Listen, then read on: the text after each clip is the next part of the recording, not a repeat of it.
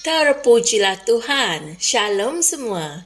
Selamat datang ke segmen Rhapsody Reality, renungan firman Tuhan setiap hari. Haleluya. Dan juga kami ingin ucapkan selamat datang ke bulan November. Puji Tuhan. Saya doakan saudara dan saudari semua diberkati dan terlindung sepanjang masa dalam bulan ini. Dalam nama Yesus, amin. Dan untuk memulakan hari yang diberkati ini, Pastor Chris ingin mengajar kita sesuatu yang sangat penting dalam kehidupan seharian kita yang bertajuk persekutuan kita dengan Roh. Haleluya. Ayat Injil tema kita pada hari ini dipetik dari 2 Korintus 13 ayat 14 yang berbunyi, kasih karunia Tuhan Yesus Kristus dan kasih Allah dan persekutuan Roh Kudus menyertai kamu sekalian. Amin. Persekutuan Roh Kudus dalam ayat Injil di atas merujuk kepada perkongsian, hubungan atau persekutuan dengan Roh Kudus.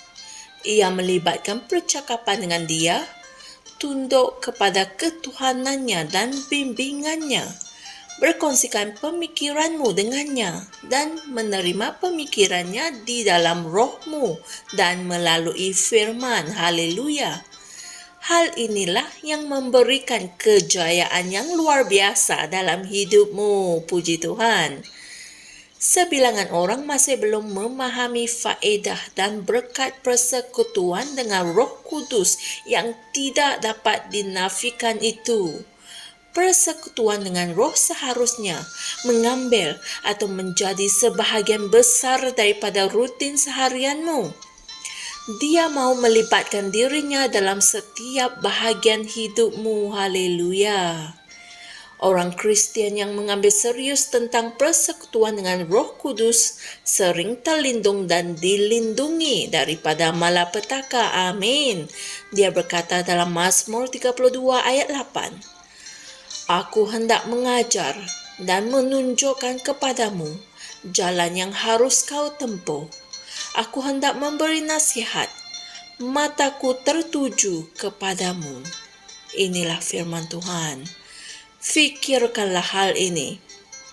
Tetapi kemudian dalam ayat yang berikutnya, yaitu ayat ke-9, dia memberikan nasihat yang penting di mana dia berkata, janganlah seperti kuda atau bagal yang tidak berakal, yang kegarangannya harus dikendalikan dengan tali les dan kengkang. Hal ini tertulis dalam Mazmur 32 ayat 9. Kadang-kadang kamu mendengar berita bahwa 25 orang terbunuh dalam satu kebakaran, dan salah seorangnya adalah seorang saudari kita dalam Kristus. Atau kamu mendengar saudara itu dan saudari ini sedang dalam perjalanan pulang untuk berjumpa dengan ibu bapanya dan kemalangan berlaku dan dia meninggal dunia. Hal itu tidak sepatutnya berlaku sedemikian. Tidak ada kemalangan atau kecelakaan bagi anak Tuhan yang berjalan seiring dengan Roh, yang dipenuhi dengan pengetahuan akan kehendaknya dalam segala kebijaksanaan dan pengertian rohani. Haleluya. Apabila kamu menurut Roh dan firman, Alkitab mengatakan bahawa kamu akan tinggal dengan aman dan terlindung daripada kedahsyatan malapetaka. Amin. Hal ini boleh didapati dalam Amsal 1 ayat 33. Haleluya. Binalah hubungan yang mendalam dengan Roh Kudus. Kenalilah Dia. Berhubunglah dengan Dia selalu dalam doa dan melalui renungan pada firman. Ingatlah bahawa Dia adalah penolong, kaunselor, guru, peguambala, penghibur dan penjaga yang diutus oleh Bapa kepada kita sebagaimana yang Yesus telah katakan. Puji Tuhan. Saudara dan saudari semua, mari kita sama-sama membuat pengakuan ini.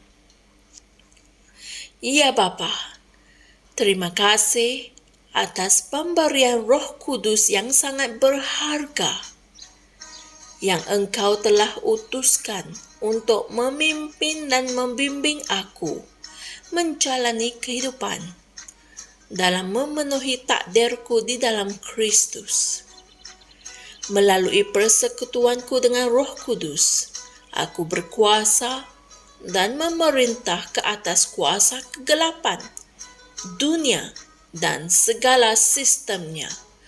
Dalam nama Yesus. Amin.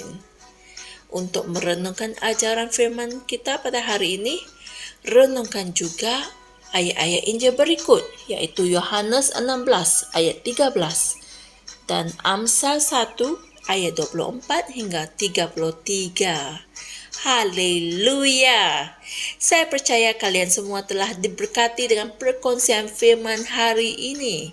Persekutuan dengan Roh sememangnya penting dalam memastikan kita hidup dalam keberkatan selalu, terlindung dari malapetaka dan banyak lagi keuntungan yang kalian boleh perolehi.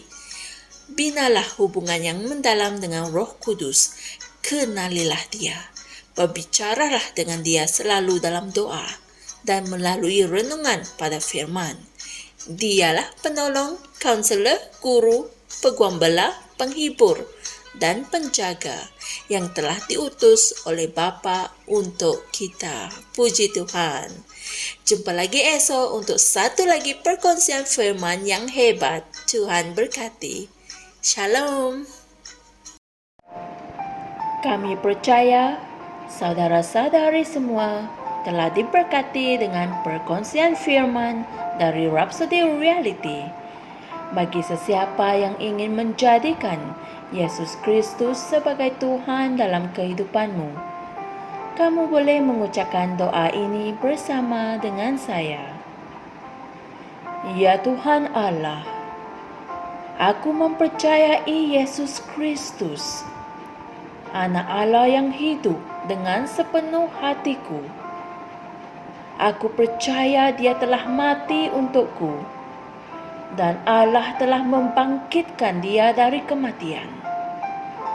Aku percaya Dia hidup hari ini. Aku mengaku dengan mulutku bahwa Yesus Kristus adalah Tuhan dalam hidupku mulai dari hari ini. Melalui Dia dan di dalam nama-Nya, aku mempunyai kehidupan yang kekal. Aku telah dilahirkan semula.